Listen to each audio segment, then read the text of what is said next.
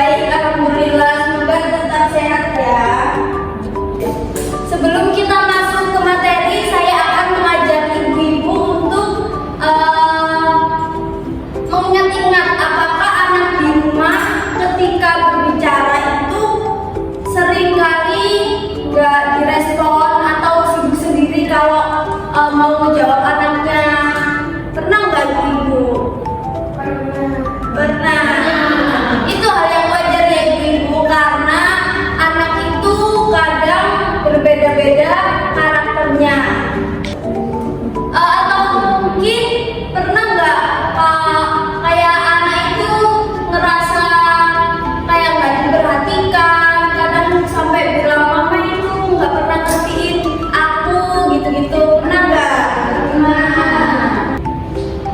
Jadi kita sebagai orang tua itu kadang merasa sudah memberikan perhatian yang lebih atau fasilitas, tapi anak itu sebenarnya itu butuhnya itu nasihat, bukan hanya cuma fasilitas saja. Jadi kita itu harus mendengarkan keluh kesah anak agar anak itu ada tempat pulang atau tempat nyaman untuk bercerita gitu. Oleh karena itu kita sekarang akan membahas tentang komunikasi efektif antara orang tua dan anak. Tapi sebelum kita masuk ke materi, saya akan melakukan icebreaking terlebih dahulu agar tetap semangat ya ibu.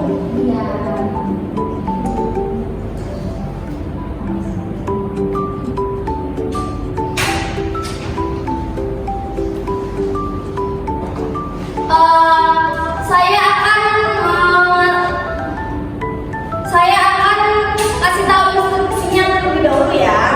Jadi kita akan melakukan komunikasi. Jadi kalau saya ngomong tepuk komunikasi, ibu tepuk tangan 3 kali ya. Selanjutnya ketika saya mengatakan komunikasi yang baik, maka ibu menjawab mendengarkan. Selanjutnya juga ketika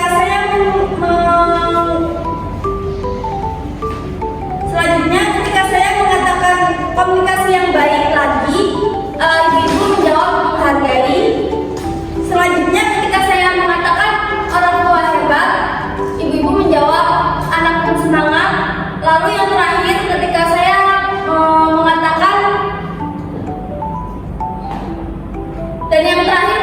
mengatakan komunikasi, ibu silahkan menjawab yes yes yes. Seperti itu ya. Kalau sudah, kita lakukan bersama-sama. Baik, kita mulai ya. Tentang komunikasi. Komunikasi yang baik. Komunikasi yang baik. Orang tua hebat. Komunikasi. Baik.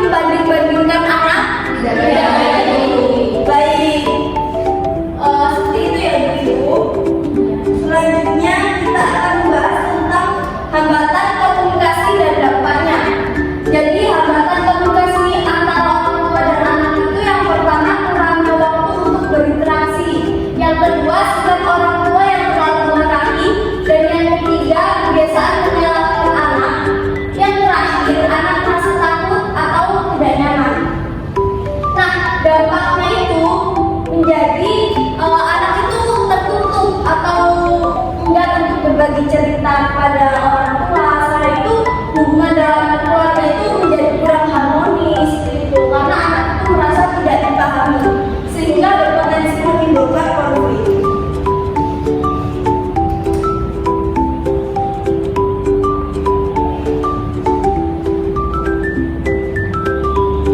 Coba bayangkan anak-anak kalau mau cerita,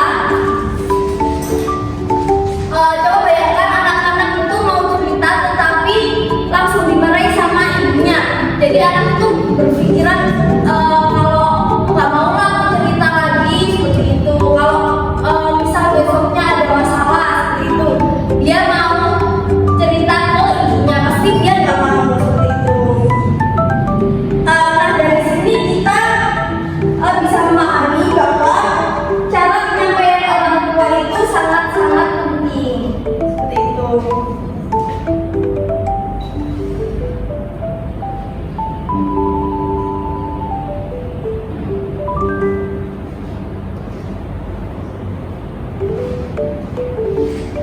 Selanjutnya kita membahas tentang bagaimana cara berkomunikasi yang baik dengan anak. Jadi dalam membangun komunikasi yang efektif, yang pertama mendengarkan anak dengan penuh perhatian, menggunakan bahasa yang baik dan lembut. Yang ketiga memberikan kesempatan anak untuk berbicara.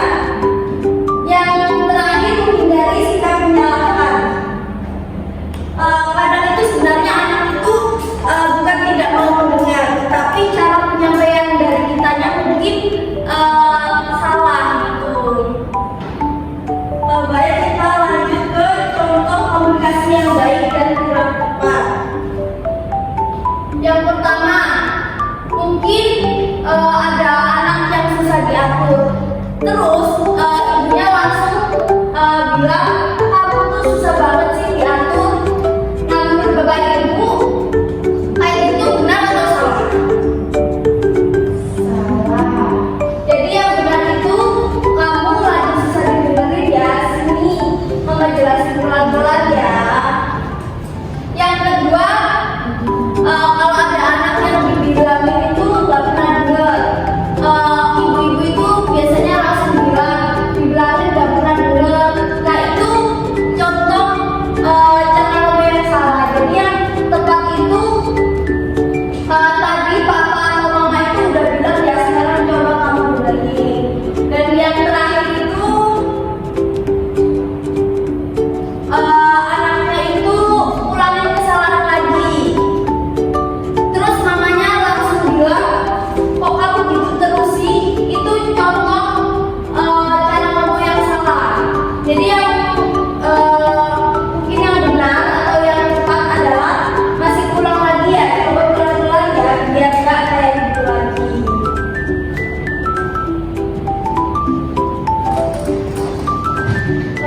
Selanjutnya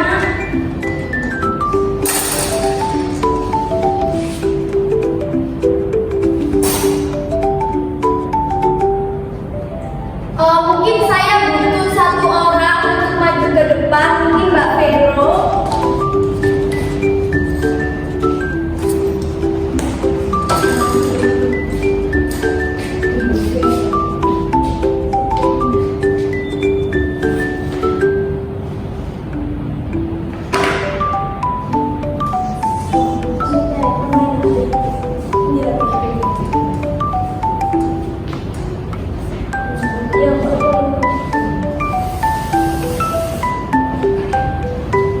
Mungkin di rumah itu kadang-kadang ada anak yang kayak Vero ini main HP terus, sedangkan ibunya itu sering sedang bersih-bersih rumah. Jadi Vero ini selalu main HP terus ibunya bilang kayak gini, kamu marahi ya, kamu itu main HP terus, kamu gak lihat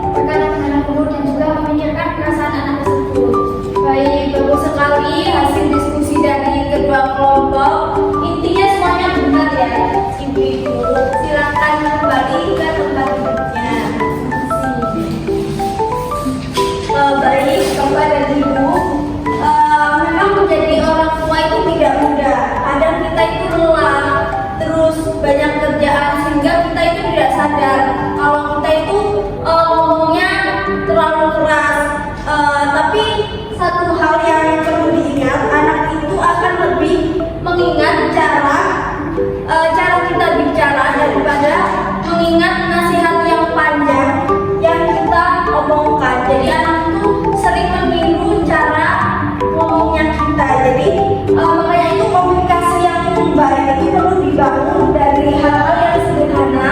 Yang pertama, mendengarkan, menghargai, dan berbicara dengan lembut dan sopan.